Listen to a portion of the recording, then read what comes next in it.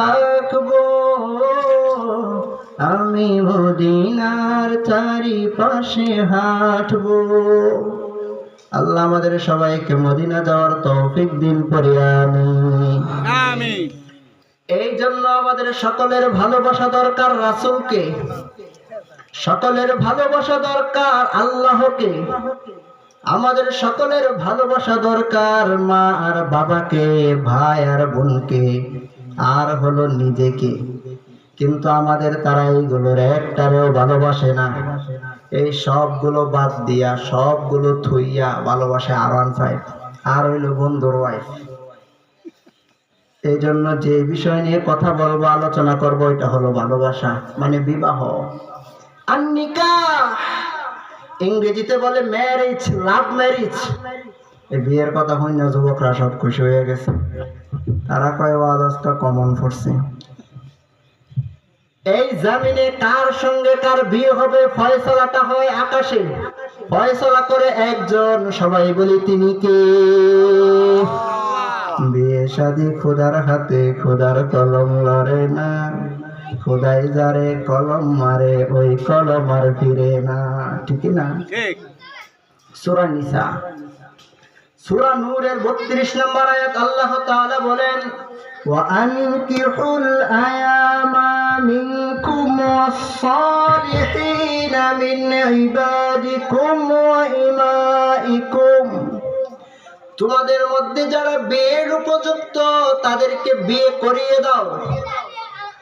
আমরা আমাদের দেশে বিয়ে পড়াই না, কই খাইব কি, পড়াইব কি? আগে নিজের পায়ে দাঁড়া, তারপরে বিয়া।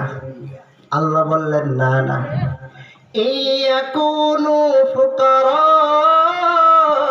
আয়ুগনিহিমুল্লাহু মিন ফাদলিহি, তারা যদি অভাবগ্রস্ত হয়, তারা যদি অভাবগ্রস্ত হয়, বিয়ের পরে নিজ অনুগ্রহে তাদের অভাব দূর করে দিবে একজন, সবাই বলি তিনি কে? আল্লাহ। এই জন্য বিয়েটাকে সহজ করেন, বিয়েটাকে কঠিন করবেন না। যেই সমাজে বিয়ে করা কঠিন, ওই সমাজে জিনা করা সহজ হয়ে যায়। আমাদের দেশে 500 টাকা হলে জিনা করা যায়, মাগার 5 লক্ষ টাকা দিয়েও বিয়ে করা যায় না।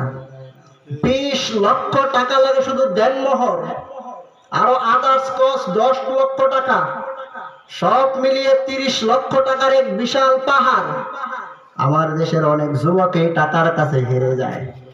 আমাদের দেশের অনেক যুবক এই টাকার জন্য আটকে রয়েছে। এই জন্য আপনারাও যুবকরা যারা আছেন, বিয়েতে যদি অতিরিক্ত দেনমোহর দেয়, আপনারাও যৌতুক নেবেন। কি এর ছাড়? না, কোনো ছাড় নাই, একদম দে, যৌতুক দে, যৌতুক নেবেন, কোনো ছাড় নাই।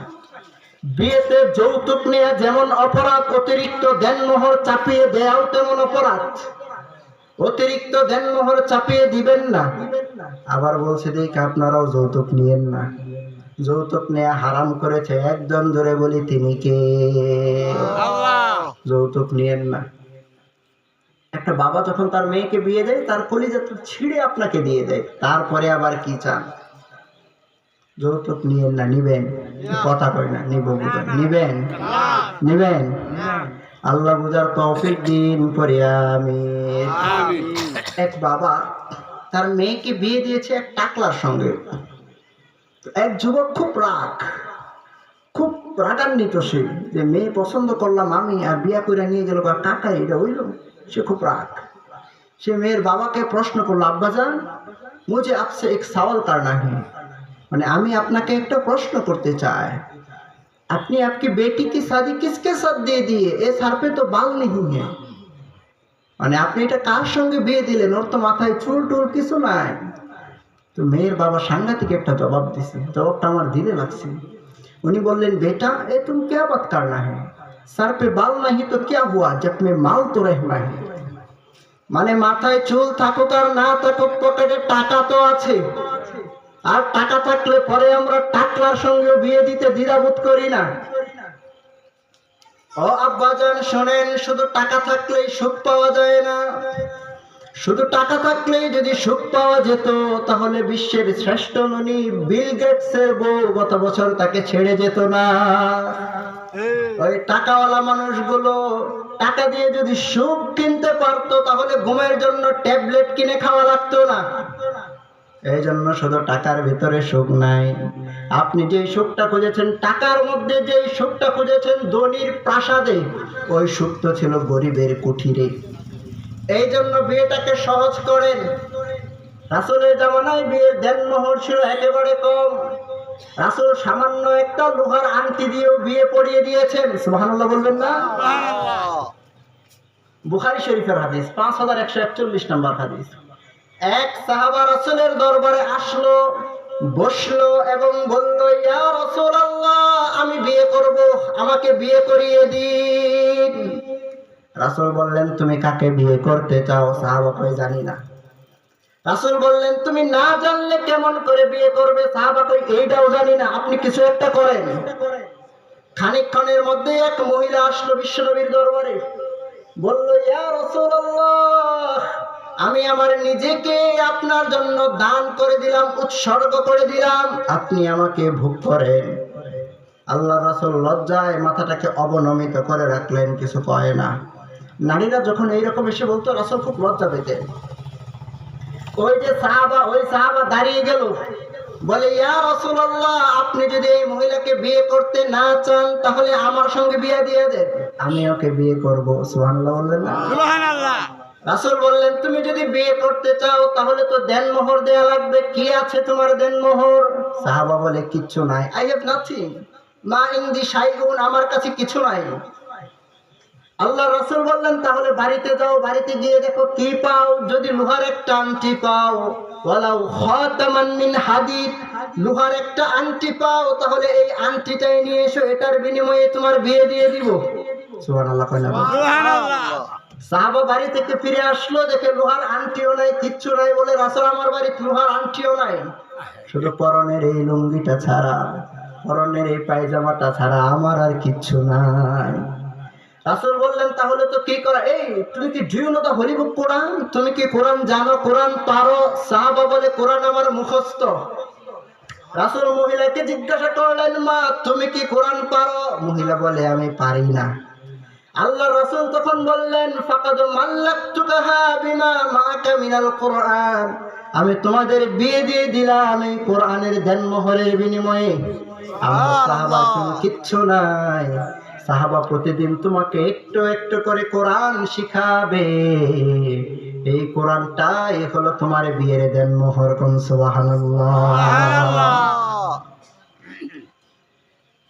তিরমিজি শরীফের হাদিস 1080 নম্বর হাদিস। এই হাদিসে এসেছে, আন আইয়ুব রাদিয়াল্লাহু তাআলা আনহু قال, আইয়ুব রাদিয়াল্লাহু তাআলা আনহু বলেন, আল্লাহর রাসূল সাল্লাল্লাহু আলাইহি ওয়াসাল্লাম বলেছেন, আরবাউম মিন সুনানিল মুরসালিন, চারটা সুন্নাত সব নবীর জীবনেই ছিল। কোন নবী, কোন রাসূল এই চারটা সুন্নাতকে বাদ দেয় নাই। এক নম্বরে হলো আল হায়া, মানে লজ্জা। দুই নম্বরে ওয়াসিওয়াক, মানে মিসওয়াক করা। তিন নম্বরে ওয়াত্তু আত্তুর, মানে আতর দেয়া। চার নম্বরে হলো নিকাহ, মানে বিয়ে করা। সব নবীরাই বিয়ে করেছে, কোন নবী বাদ নাই, শুধু একজন নবী ছাড়া। উনি হলেন নবী ঈসা রূহুল্লাহ। উনি এখনো বিয়ে করেন নাই, কারণ উনি মরেন নাই, উনি আছেন আকাশে। কিয়ামতের আগে আবার পৃথিবীতে আসবেন, তারপর বিয়ে করবেন, তারপরে মরবেন। সুবহানাল্লাহ বলবেন না? সুবহানাল্লাহ।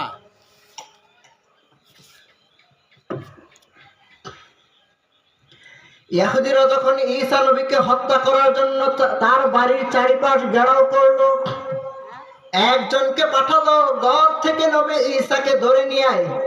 ও ঘরের ভিতরে গিয়া দেখে ঈসা নবী নাই। আল্লাহ এই ব্যক্তিটাকে ঈসা নবীর মতো দেখতে করে দিলেন, এই ব্যক্তির চেহারাটাকে ঈসা নবীর মতো বানিয়ে দিলেন। সবাই মনে করতে লাগলো, এটাই বোধহয় ঈসা, ওরে ইচ্ছা মতো কিলা। সবার মার খেয়েও বলে, আমি ঈসা না, আমি তোমাদের দলের লোক। ইহুদিরা কয়, ঈসা মিশা কথা কয়, এর আরো বেশি মারতে মারতে, হাদিসে এসেছে, মারতে মারতে ব্যক্তিটাকে হত্যা করে ফেললো, সুরে চড়িয়ে দিল। দুই হাতে প্যারাক বৃদ্ধ করলো, দুই পায়ে প্যারাক বৃদ্ধ করলো। তারা বলল ঈসা শেষ, ঈসাকে মেরে ফেলেছি। আল্লাহ বললেন না না না, তোমরা ঈসাকে মারো নাই, তোমরা যেটা মেরেছো এটা হলো মিসা। ঈসা তো আছে আমার কাছে, কিয়ামতের আগে আবার পৃথিবীতে আসবে, তারপর বিয়ে করবে, তারপর মরবে। আল্লাহ রাসূল সাল্লাল্লাহু আলাইহি ওয়াসাল্লাম বলেন, আচ্ছা একটা শুনেন বিয়ের হুকুম কি? কিছু মানুষ বলে বিয়ে করা ফরজ, কিছু মানুষ বলে না বিয়ে করা সুন্নত। তো বিয়ের হুকুম কি? কিছু ইমাম বলেছেন বিয়ে করা ফরজ, কিছু ইমাম কয় না না বিয়ে করা সুন্নাত। ইমামে আজম আবু হানিফা সরাসরি কিছু বলেন নাই, উনি বিয়ের মাসালাটাকে 4টা ভাগে ভাগ করলেন। 1 নম্বরে ফরজ, 2 নম্বরে সুন্নাত, 3 নম্বরে মুবাহ, 4 নম্বরে হারাম। ফরজ যেই ব্যক্তির বিয়ে না করাইলে বিপদ, যেই ব্যক্তির বিয়ে না করাইলে কয় বিষ খায়াম, গাড়ির তলে ফইরে যায়াম, অক্ষরে মইরা যায়াম, করে বিয়ে করানো ফরজ। যেই ব্যক্তি বিয়েটাকে মনে করে ইবাদত, ওর জন্য বিয়ে করা সুন্নাত। যেই ব্যক্তি বিয়ে করালেও কিছু না, না করালেও কিছু না, যেই ব্যক্তি তার স্বাধীন, যৌবন তার অধীন, ওই ব্যক্তির জন্য বিয়ে করা হলো মুবাহ, মানে জায়েজ। 4 নাম্বার কিছু ব্যক্তির জন্য, বুঝছেন, 4 নাম্বার কিছু ব্যক্তির জন্য বিয়ে করা হারাম, কিছু ব্যক্তির জন্য বিয়ে করা নিষেধ। তারা এরা যেই মানুষগুলো বিয়ে করার পর বউ তাগর লগে থাকতো না, জুতা দিয়া পিটাইব, কইব তোর সংসার করি না, তুই কর, তোরে দিলাম সালাম, তার জন্য বিয়ে করা হলো হারাম। সহিহ ইবনে হিব্বান এই হাদিসের বর্ণনা 4032 নম্বর হাদিস। আল্লাহর রাসূল সাল্লাল্লাহু আলাইহি ওয়াসাল্লাম বলেন, 4টা জিনিস সৌভাগ্যের লক্ষণ। 4টা জিনিস যদি কোন পুরুষের জীবনে অর্জন হয়ে যায়, ওই পুরুষটা সৌভাগ্যবান। সুবহানাল্লাহ বলবেন না? সুবহানাল্লাহ। এই দুনিয়ার বুকে 4টা জিনিস যদি কোন পুরুষের অর্জন হয়ে যায়, আরবাউম মিনাস সাআদা, 4টা জিনিস সৌভাগ্যের লক্ষণ। সবাই বলেন কয়টা? সবাই কয় নাই, আবার কোন কয়টা?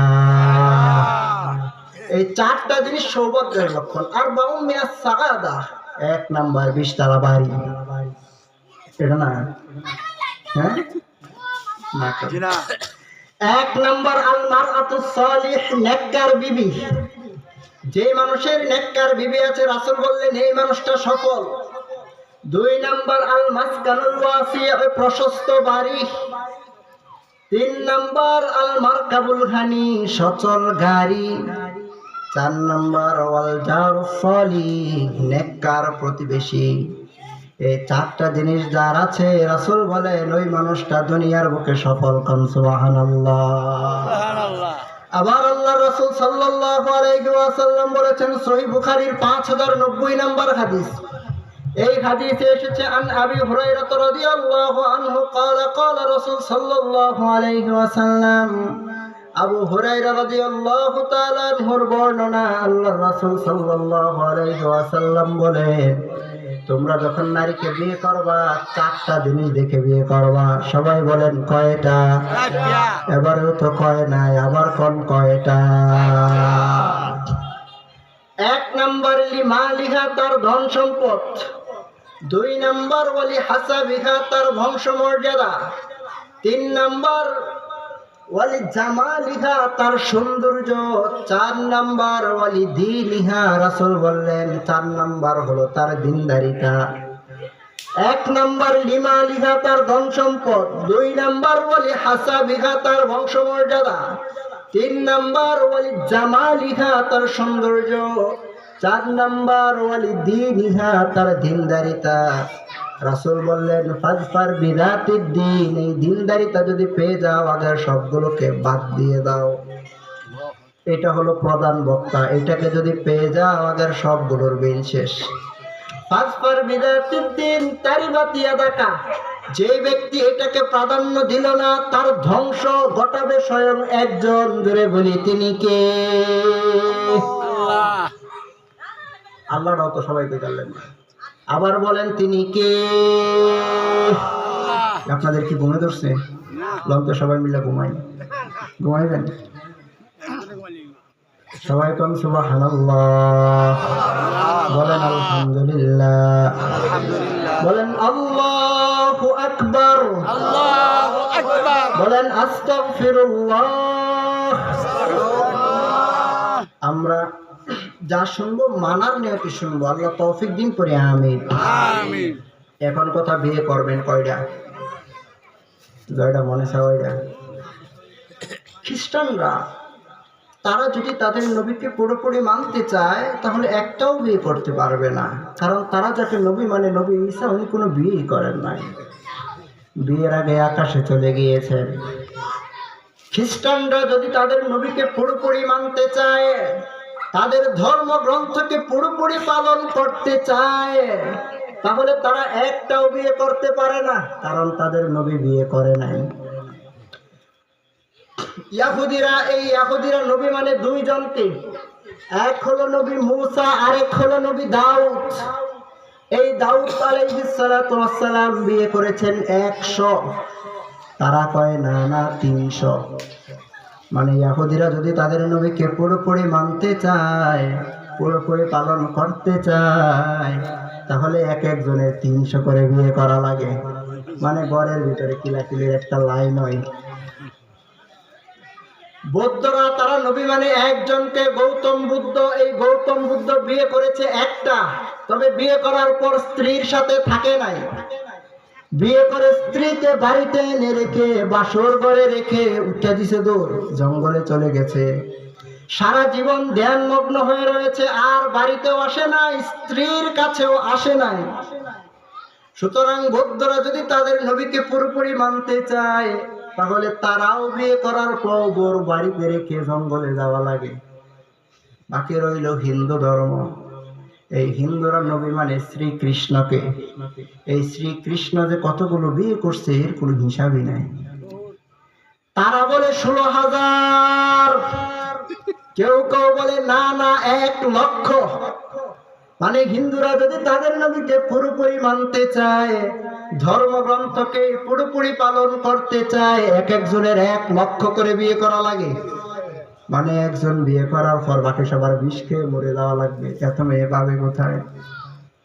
এবার হলো ইসলাম ধর্ম, সর্বকালের সর্বশ্রেষ্ঠ ধর্ম। এই ধর্মের নবী বিয়ে করেছে 9টা, উম্মত করবে কয়টা ঘোষণা আছে কোরআনে? সুবহানাল্লাহ বলবেন না? সুবহানাল্লাহ। সূরা নিসা 3 নম্বর আয়াত আল্লাহ বলেন, ফানকিহু মা তাবা লাকুম মিনান নিসাই মাসনা। তোমরা তোমাদের পছন্দ মতো নারীদের মধ্য থেকে বিয়ে করো 2টা, ওয়াসুলাসা নয়তো 3টা। এবার বললেন ওয়ারুবা নয়তো 4টা। এবার আল্লাহ বললেন ফাইন খিফতুম আল্লাহ তাদিলু, যদি তুমি আশঙ্কা করো তাদের ভিতরে ন্যায় স্থাপন করতে পারবে না, তাহলে ফাওয়াহিদা, বিয়ে করো 1টা। সবাই কোন কয়টা? কয়টা? 7টা কয় নাকি কেউ? 1টা। আগে যে 7টা 3টা কই সেটি ভুলে যান বলছেন, বলছেন ওইটি মনে রাখছে বলছেন। একটাই মনে রাখেন, আর যদিও 7টা করেন আমার নাম করেন না। আল্লাহ তাআলা রব্বুল আলামিন মুসলমানদেরকে জানিয়ে দিলেন তারা বিয়ে করবে কয়টা। আল্লাহ কোরআনে বর্ণনা করে দিলেন বিয়ে করবে 1টা। তবে হ্যাঁ, আপনাকে 4টা করতে বলছি না। তবে আমাদের সমাজে যেই মানুষ 1-এর অধিক বিয়ে করে, আমরা মনে করি এটার চরিত্র ভালো না, এটা খারাপ, এর চরিত্রে ঝামেলা আছে। আবার যে মানুষ 1 বিয়ের পরে অনেক নারীর সাথে বাহিরে রিলেশন রাখে, আমরা মনে করি এটা আল্লাহ বলি, এটা বাইজিদ বুস্তামি, এটা হইল জিব্রাইল। আমাদের দৃষ্টিভঙ্গি এমনই, অথচ 4 বিয়ের কথা কোরআনে আছে। এই যে সূরা নিসা, এই নিসা সূরায় আছে, সূরা নিসা 3 নম্বর আয়াত আল্লাহ এখানে বলেছেন। ওই হুজুর সাহেব আছে, ওনারা জানে, মহিলারা আসলে টেনশনে পড়ে গেছে যে হুজুর শেষামেশি কি একটা পেস লাগাই দিল, হ্যাঁ 4 বিয়ের কথা কয়ে দিল। সর্বশেষ একটা হাদিস বলি, এই হাদিসে যদি পেজ খুলে তাহলে ভালো, না খুললে আরো ভালো, আগামী বছর বাজারে ক্লাইম করে দিয়ে যায়। মুসলিম শরীফের 6999 নম্বর হাদিস, 6 পরে 3টা 9। এই হাদিসের আন্তর্জাতিক নাম্বার হলো 2813। মানে যাদের মোবাইল আছে, মোবাইলে যারা মুসলিম শরীফের অ্যাপস চালান তারা ৬,৯৯৯ নম্বরে এই হাদিস পাবেন। এই হাদিসে এসেছে আন জাবির রাদিয়াল্লাহু আনহু ক্বালা ক্বালা রাসূল সাল্লাল্লাহু আলাইহি ওয়াসাল্লাম, জাবির রাদিয়াল্লাহু তাআলা আনহুর বর্ণনা, আল্লাহর রাসূল সাল্লাল্লাহু আলাইহি ওয়াসাল্লাম বলেছেন, ইন্না ইবলিস ইয়াদাউ আরশুহু আলাল মা, নিশ্চয়ই ইবলিস তার সিংহাসনটাকে পানির উপর মানে সমুদ্রের উপর স্থাপন করে। সুম্মা ইয়াবাসু সারায়াহু, তারপর সে তার বাহিনীদেরকে পৃথিবীর বিভিন্ন স্থানে স্থানে প্রেরণ করে। ফাআদনাহুম মিনহু মানজিলাতান, তাদের মধ্য থেকে সবচাইতে মর্যাদাপূর্ণ ইবলিসের সবচেয়ে নিকটপূর্ণ হয় সে পৃথিবীতে বেশি বিশৃঙ্খলা লাগাতে পারে যে। দিন শেষে তারা ইবলিসের কাছে যায়, গিয়ে নিজের আকাম কুকামের কথাগুলো বর্ণনা করে। ইয়াজিউন আহাদুকুম, একজন ইবলিসের কাছে যায়, ফায়াকুলু, সে বলে, ফালতু কাযা ওয়া কাযা, আমি আজকে এমন এমন অন্যায় করিয়েছি। ইবলিস, তুমি কিচ্ছু করো নাই। তুমি ইবলিস বলে, মা সানাতা শাইআ, তুমি কিচ্ছুই করো নাই বেটা, যাও। আরেকজন ইবলিসের কাছে যায়, গিয়ে বলে, ও আমার লিডার, আমি আজকে কি করে, আপনাদের পার্শ্ববর্তী কি আছে, এই টাঙ্গা আবার বর্মির মধ্যে ঝগড়া লাগিয়েছি, আমি ইসরায়েল আর ফিলিস্তিনের মধ্যে ঝগড়া বাঁধিয়েছি, দুই দেশে গোলাগুলি কিলাকিলি, মানুষ মরে গেছে, অজস্র মামলা হয়েছে, হামলা হয়েছে। ইবলিস তাকেও পাত্তা দেয় না। ইবলিস বলে, তুমিও কিচ্ছু করতে পারো নাই, মা সানাতা শাইআ। আরেকজন ইবলিসের কাছে যায়, ইবলিস গিয়ে বলে, ও মিস্টার ইবলিস, বাংলাদেশে যখন নির্বাচন হয় আমি বুড়ের বাক্স নিয়ে উঠে দিছি দৌড়। ইবলিস বলে, মা সানাতা শাইআ, তুমিও কিচ্ছু করতে পারো নাই। সর্বশেষ সুম্মা ইয়াজি, আরেকজন যায়, গিয়ে ইবলিসের কাছে বলে, ও মিস্টার ইবলিস, ও আমার লিডার, ও আমার নেতা, আমি ঝগড়া লাগিয়েছি বাড়ির মধ্যে, ঝগড়া লাগিয়েছি স্বামী আর স্ত্রীর মধ্যে, তাদের দুই জনের ভিতরে ঝগড়া লাগিয়ে আমি ফিরে আসি নাই যতক্ষণ পর্যন্ত হাত্তা তারাকতুহু মা ফারাকতু, হাদিস থেকে বলছি, হাত্তা তারাকতুহু মা ফারাকতু, যতক্ষণ না তাদের ভিতরে তালাক হয়, যতক্ষণ না স্বামী আর স্ত্রী তাদের পরস্পরকে তালাক দেয়, যতক্ষণ না স্বামী তার স্ত্রীকে বলে তুই তালাক, এক তালাক, দুই তালাক, তিন তালাক, তোর বাপ তালাক, তোর মা তালাক, 14 গোষ্ঠী তালাক, যতক্ষণ না তালাক দেয় ততক্ষণ আমি ফিরে আসি নাই। তাদের তালাক নিশ্চিত করে তারপর আমি আপনার কাছে ফিরে এসেছি। ইবলিস এবার বড্ড খুশি হয়ে যায়। হাদিসে এসেছে ইবলিস এতটাই খুশি হয়ে যায়, খুশির ঠেলায় তাকে বলে, নিয়ামা আনতা, নিয়ামা আনতা, বেশ করেছো, বেশ করেছো, you are well done, you are much better than theirs, তুমি সবার চাইতে ভালো। হাদিসে এসেছে তখন সে ফায়াল তাজিমহু, ওইটার সাথে কুলাকুলি করে, এত খুশি হয়ে যায়। এত খুশি হওয়ার কারণ কি? কারণ এখন এমন একটা সময় হয়েছে, এখন স্বামী যাবে পতিতালয়ে, স্বামী যাবে আরেক মহিলার কাছে, স্ত্রীটাও নিজের যৌবনের চাহিদায় আরেকজনের সাথে জিনায় আর ব্যভিচারে লিপ্ত হবে। তাদের ঘর থেকে যে সন্তানটা হয়েছে ওটা আল্লাহদ্রোহী হবে, ওটা হবে নষ্ট, ওটা হবে ভ্রষ্ট, ওটা হবে মূর্খ, ওটা হবে অজ্ঞ। এক দিলে 3টা পাখি মেরে ইবলিস বড্ড বেশি খুশি হয়ে যায়। ইবলিস তখন ফায়াল তাজিমুহুর সঙ্গে কোলাকুলি শুরু করে দেয়। এই জন্য জীবনে আর যাই করি স্ত্রীর সঙ্গে কিলাকিলি লাইগা রাগের মাথায় তালাক দিব না। কারা কারা জীবনেও রাগ করে তালাক দিবেন না? 2 হাত তুলে আল্লাহরে দেখা। আল্লাহ কবুল করুন করি আমিন। এটা গর্বেরটা। আপনাদেরকে যে আওয়াজ করতেছি খারাপ লাগে? খারাপ লাগে? বানিয়ে বলছি?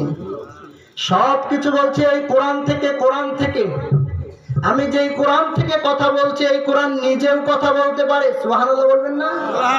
এই কোরআনকে যদি প্রশ্ন করি, কোরআন বলো তোমার নাম কি? কোরআনকে যদি এখন প্রশ্ন করি, কোরআন বলো তোমার নাম কি? কোরআন বলে বাল হুয়া কুরআনুম মাজিদ। কোরআনকে যদি প্রশ্ন করি, কোরআন দুনিয়াতে আসার আগে কোথায় ছিলে? কোরআন বলে ফি লাউহিম মাহফুজ। কোরআনকে যদি প্রশ্ন করি, কোরআন বলো তুমি কার পক্ষ থেকে এসেছো? কোরআন বলে তানজিলুম মির রাব্বিল আলামিন, রবের পক্ষ থেকে, রবের পক্ষ থেকে। কোরআনকে যদি আমরা প্রশ্ন করি, কোরআন বলো তোমাকে নিয়ে এসেছে কে? কোরআন বলে নাযালা বিহি রূহুল আমিন। রূহুল আমিন, রূহুল আমিন, এই রূহুল আমিন মানে হলো জিবরাইল আমিন। সুবহানাল্লাহ বলবেন না? মাইকে বলছেন শ্বাস টানে, খালি গলা শুকায়, বেশটা কমে গেল।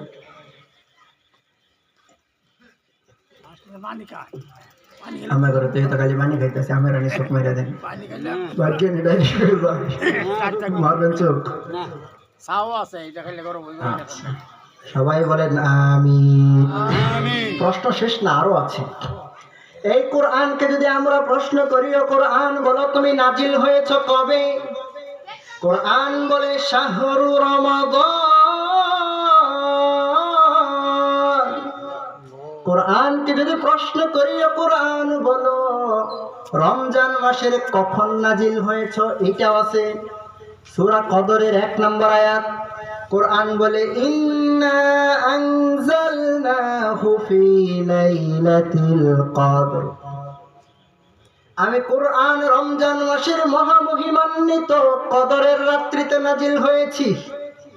কোরআনকে যদি প্রশ্ন করি, ও তাহলে রাতের বেলায় আইছো, আন্দা গুন্দায় আইছো, উদ্দেশ্য কি তোমার? What is your intention? কি তোমার উদ্দেশ্য? কোরআন বলে মাই ইন্টেনশন ইজ মিনাজ যুলুমাতি ইলান নূর। মানুষগুলোকে অন্ধকারের পথ থেকে আলোর পথে, অশিক্ষিত মানুষগুলোকে শিক্ষিত বানাতে, অভদ্র মানুষগুলোকে ভদ্র বানাতে আমি কোরআনুল কারীম পৃথিবীর বুকে এসেছি। কোন সুবহানাল্লাহ। কোরআনকে যদি প্রশ্ন করি, কোরআন তোমার ভিতরে সব কিছু আছে নাকি?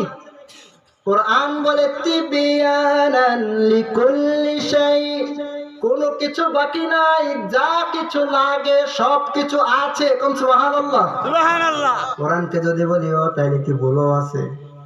কোরআনুল কারীম বলে নো নো নো, শুধু একটা জিনিস আমার ভিতরে নাই, শুধু একটা জিনিস আমার ভিতরে নাই, সেইটা হলো ভুল। ভুল তো দূরের কথা, লা রাইবা ফীহ, ভুলের সন্দেহের অবকাশ লেশ মাত্র আমার ভিতরে নাই। কোরআনকে যদি বলি, ও কোরআন তুমি কোন ভাষায় নাজিল হয়েছ? কোরআন বলে ইন্না আনজালনাহু কুরআনান আরাবিয়্যা। যদি প্রশ্ন ছুড়ে দেই, কোরআন এত ভাষা থাকতে তুমি আরবি ভাষায় নাজিল হইতে গেলা কেন? কোরআন বলে লাআল্লাকুম তাকিলুন, যেন তোমার বুঝতে সহজ হয়, যেন তুমি সহজেই বুঝতে পারো, যেন তুমি সহজেই অনুধাবন করতে পারো। এই জন্য আমি কোরআন আরবি ভাষায় নাজিল হয়েছি। সুবহানাল্লাহ বলবেন না? তবে সত্য হলো একটা কথা, এই পৃথিবীতে আমরা সব কিছু বুঝি, কিন্তু মাগার আরবি বুঝি না। কি যে বুঝি না, এইটাও বুঝি না। আপনাকে যদি 10 জন নায়কের নাম জিজ্ঞাসা করে জানি আপনি পারবেন, কিন্তু যদি কোরআন থেকে 10টা সূরার নাম জিজ্ঞাসা করি, কাম হইতো না। আপনাকে যদি 10 জন নায়কের নাম জিজ্ঞাসা করি, 10 জন ক্রিকেটারের নাম জিজ্ঞাসা করি, 10 জন ফুটবলারের নাম জিজ্ঞাসা করি, জানি জানি জানি আপনি পারবেন, কিন্তু যদি আল্লাহর 10টা নাম জিজ্ঞাসা করি, উঠে দিব তো, ঠিক না? আপনাকে যদি 10 জন নায়িকার নাম জিজ্ঞাসা করি, আপনি বলে ফেলবেন 20টা, কিন্তু আপনাকে যদি কোরআন থেকে 10টা সূরা জিজ্ঞাসা করি, কইব এই ভালো লাগতো না হুজুর, এটা বদলা, ঠিক না? আমরা সব কিছু বুঝি, সব কিছু জানি, কিন্তু শুধু কোরআনটাই বুঝি না। আমি তো অবুঝ, আমি তো কানা, আমি তো অবুঝ, আমি কিচ্ছু বুঝি না, আমি উন্মাদ, আমি পাগল হয়ে গিয়েছি দুনিয়ার পিছনে। দুনিয়ার সব কিছু বুঝলাম, কোরআন বুঝলাম না। দুনিয়ার সব কিছু দেখলাম, কোরআন দেখলাম না। আল্লাহ বলেছেন কোরআনটা আরবি ভাষায় নাজিল হয়েছে, সহজ, বুঝতে যেন সহজ হয়, কিন্তু আরবি দেখলে আমার মাথা ঘুরে। আল্লাহ পাক রব্বুল আলামিন আমাদেরকে বোঝার তৌফিক দিন, কোরআনমুখী করে দিন, পড়ে আমিন। আমিন। সামনের মাস রমজান মাস, কোরআনের মাস, এই মাসে কোরআন শিখবো, আল্লাহ তৌফিক দিন, পড়ে আমিন। আমিন।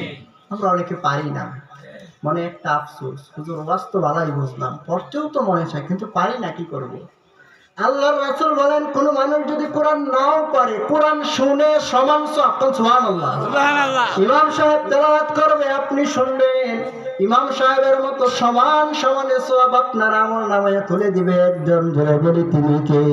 আল্লাহ। রাতের বেলায় ওযু করবেন, পারেন না, কোরআনটা খুলে তাকিয়ে থাকবেন, কোরআনটাকে বুকে লাগাবেন, কোরআনটাকে চুমু দিবেন, আপনার আমলনামায় কোরআন পড়ার সওয়াব তুলে দিবে একজন। জোরে বলি তিনি কে? মানুষ যত বেশি পড়ে তত বেশি শান্ত হয়ে যায়, মানুষ যত বেশি পড়ে তত বেশি বুঝে।